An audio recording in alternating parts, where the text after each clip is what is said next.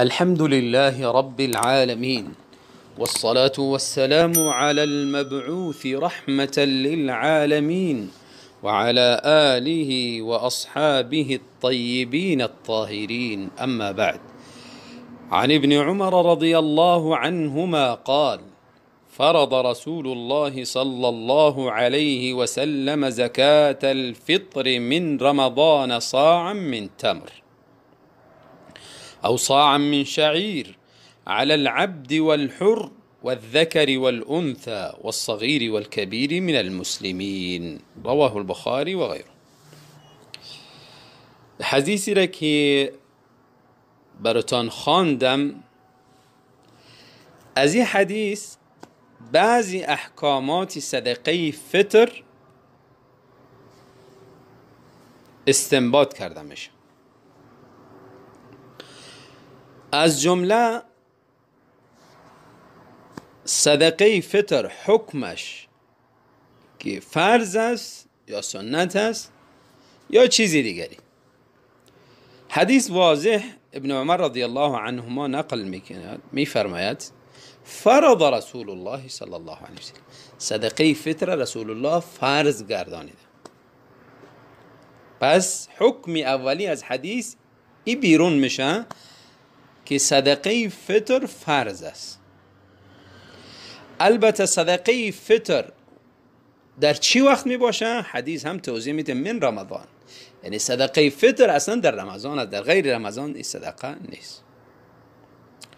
خب این صدقه فرض است. بالای کی فرض است؟ در حدیث ادامه حدیث می فرماید: علی العبد والحر، بالای غلام و آزاد، و الذکر والانثى، مرد و زن، و الصغیر والکبیر، بالای خرد و بزرگ، من المسلمین، شرطی که مسلمان باشه. اگر در خانواده شخصی کافری بوده باشد، پس صدقه فطر بالای از اون نیست، از طرف از اون صدقه فطر داده نمیشه.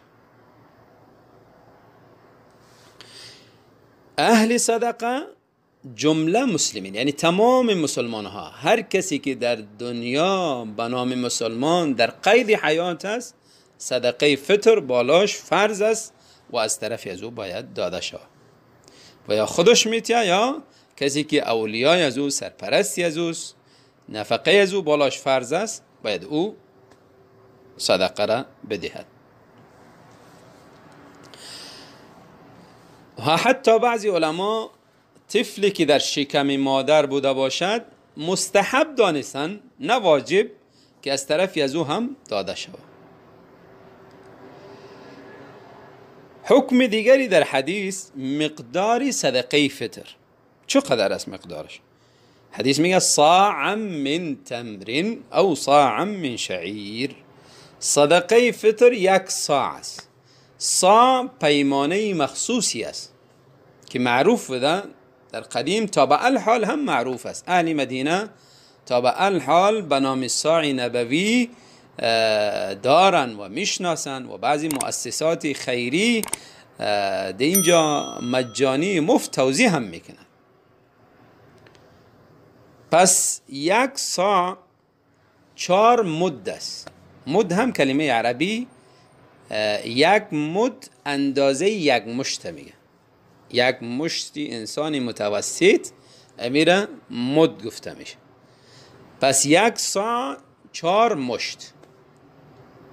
پس یک صاع 4 مشتی از انسانهای متوسط، مشتی انسانهای متوسط. اصل در صدقه فطر پیمانه است، یعنی صاعی که رسول الله صلی الله علیه وسلم فرمودن، یعنی پیمانه‌ای که به اندازه 4 مشتی انسان متوسط بوده باشه. لکن در اواخر بعضی علما امی صاع را اندازش به وزن برابر کردن. البته وزن فرق میکنه.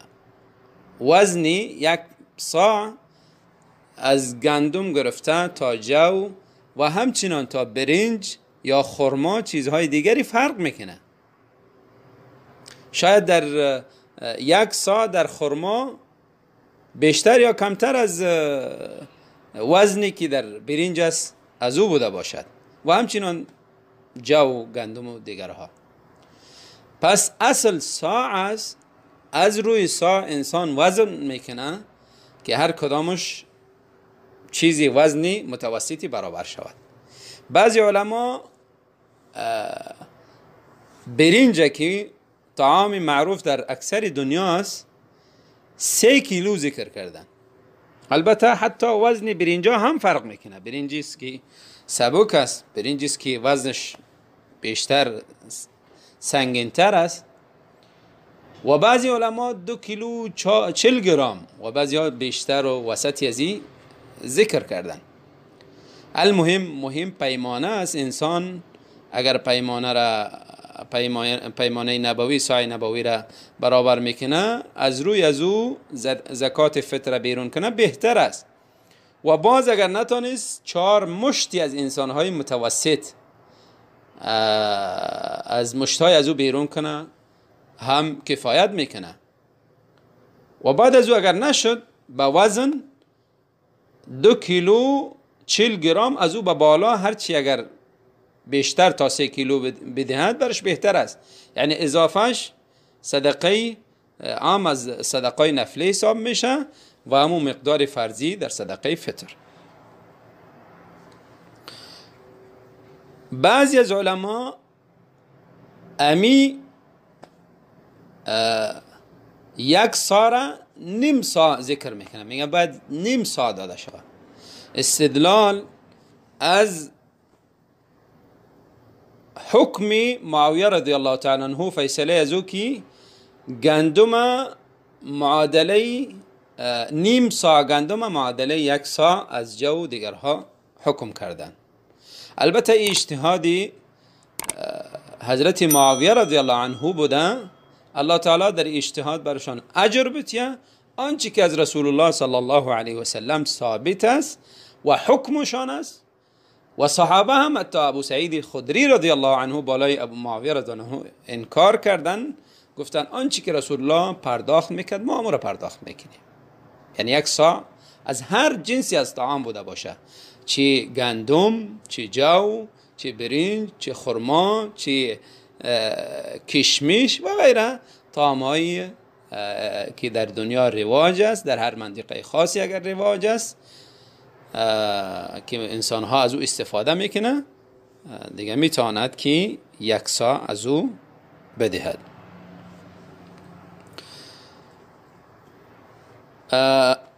حکم دیگری از صدقه فطر که صدقه فطر در بعضی الفاظ روایات طعام ذکر میشه.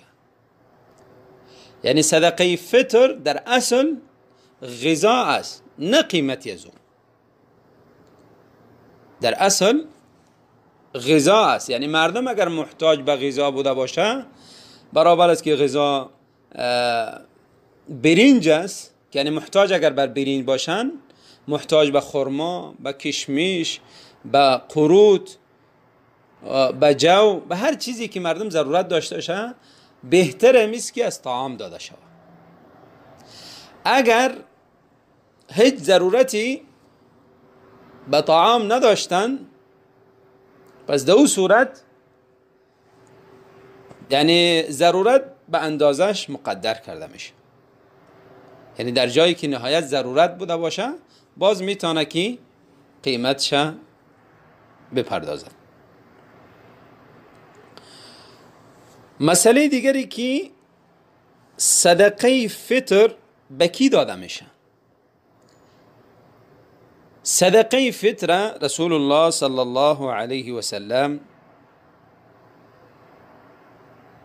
در روایت ذکر کردن این طعام از برای فقرا است. فقرا و مساکین، انسانهای نادار، چیزی ندارن، غریب هستن، برای از اونها صدقه فطر پرداخته میشه. و در جای رسول الله صلی الله علیه و سلم میفرمایند اغنوهم عن الطواف فی هذا اليوم، یعنی صدقه فطر به فقرا و مساکین تقسیم کنین، برشان بتین، تا اینکه در همین روز عید از سوال و از گدایی و از این چیزا مستغنی بوده باشن. پس اهلی صدقه فطر، کسی که برش صدقه فطر پرداخته میشه، فقرا و مساکین است.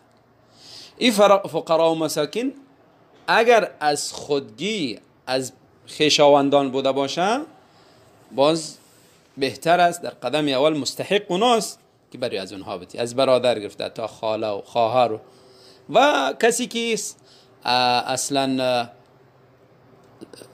نفقش بالای انسان فرض نیست. باز اگر از خویشاوندا پیدا نشد، از اهل قریه میبینی. از اهل قریه نبود، از اهل امو منطقه، سلسله به سلسله اهل امو دولت و مملکت، از او به بعد مملکتی که نزدیکتر است.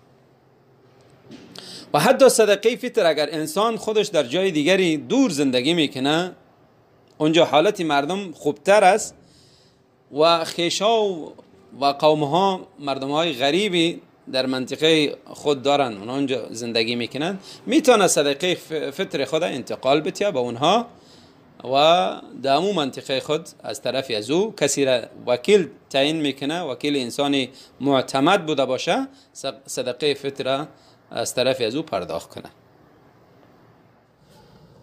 اما دادن صدقه فطر برای تاریک الصلاة، کسی که نماز نمیخوانه، روزه نمیگیره، کسی که نماز نمیخوانه یا روزه نمیگیره، از دو حالت خالی نیست. یا اصلا به نماز اعتقاد نداره، اهمیتی نمیده، از فرضیت نماز انکار میکنه، یا به نماز تمسخر و استهزا داره، در کفر از این هیچ شکی نیست، انسان کافر است به اتفاق علما. اما اگر نماز احیانا گاهی میخوانه گاهی ترک میکنه، سستی داره، تنبلی داره و از ترک نماز هم خوف داره، لیکن احیانا سستی و تنبلی باعث میشه که نماز از پیشش ترک میشه، عده‌ای از اهل علم علما این شخص هم کافرش میگن بنا به دلایلی که در شریعت آمده. یعنی از پیش خودشان کافرش نمیگن. حدیث رسول الله صلی الله علیه و سلم میفرماند بین الرجل والکفر والشرک ترک الصلاة، یعنی فاصله میان کفر و اسلام، کفر و ایمان نماز است. فاصله مهم، محکم و فاصله آشکار که بیشتر فرق درست کرده میشه نماز است. و از صحابه کرام هم، از صحابه نقل است در زمان خودشان هیچ عملی را ترکش کفر نمیدانستند به جز نماز. پرداخت زکات، زکات فطر به انسانی که نماز نمیخوانه در هر دو صورت، یعنی صورتی که انکار میکنه و صورتی که تکاسل و سستی داره، در هر دو صورت برای تو انسان زکات فطر داده نمیشه مگر به نیت اصلاح و خیر.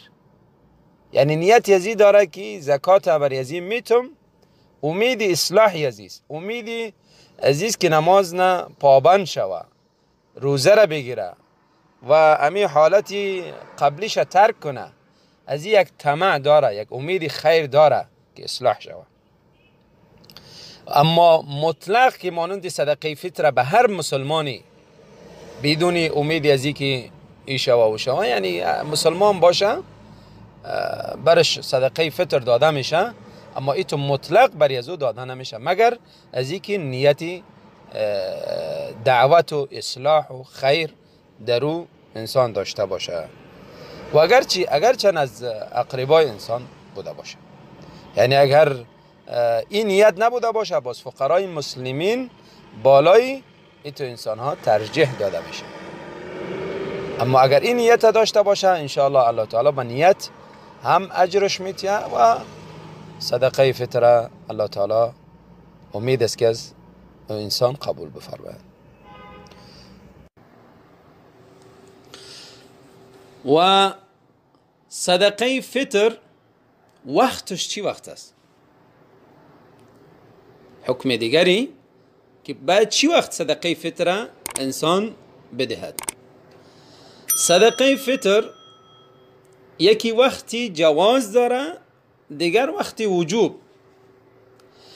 وقتی جواز از ابتدای رمضان تا آخره درست است که یعنی تا غروب آفتابی فردایی که عید میشه تا این وقت جوازش است. اما وقتی وجوب از غروب آفتابی روزی که فرداش عید میشه نزد اکثر علما.